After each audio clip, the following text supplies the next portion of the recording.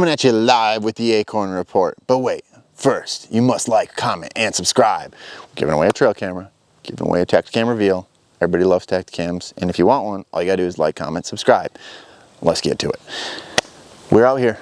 We're out here on the oak-ridden Missouri property, guys.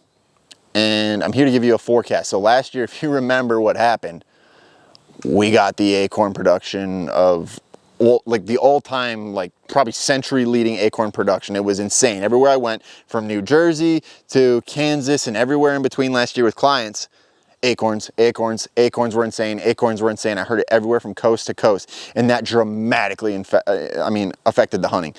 I can remember going to this property in general, early season, and looking at bean fields, even prior to the season, looking at bean fields, and they just weren't getting hit because those deer were getting hung up in the timber because the oak production, here the white oaks, the pin oaks, and a lot of even the red oaks just absolutely rained down. And especially in the Northwoods, a lot of your red oaks and things like that just rained down.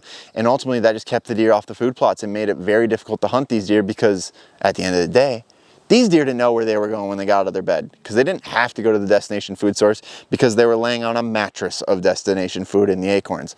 So that made it a really hard year to hunt.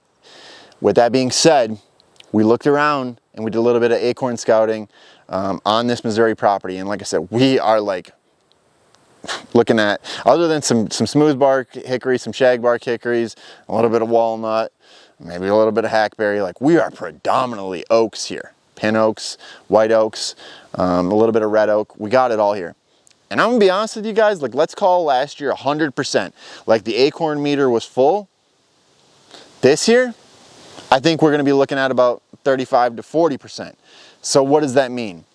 Well, it really comes down to having quality food on your property, food plots. And if you have the right quality food plots during the time of the year in which you're planning to hunt, there's a better chance you're going to kill those deer on the food plots this year. Last year, I would have told you you're going to have to get in the timber, you're going to have to start hugging bedding areas. This year, now I'm an aggressive hunter, but this year I think you guys could afford to wait on the fringes a little bit more, especially if you're in some enclosed blinds and you're sitting in places in which your wind's not blowing and you can get into those places a little bit easier because you got good access. I think this is going to be a normal, I think I'm looking at a deer right now. No, never mind, just a tree.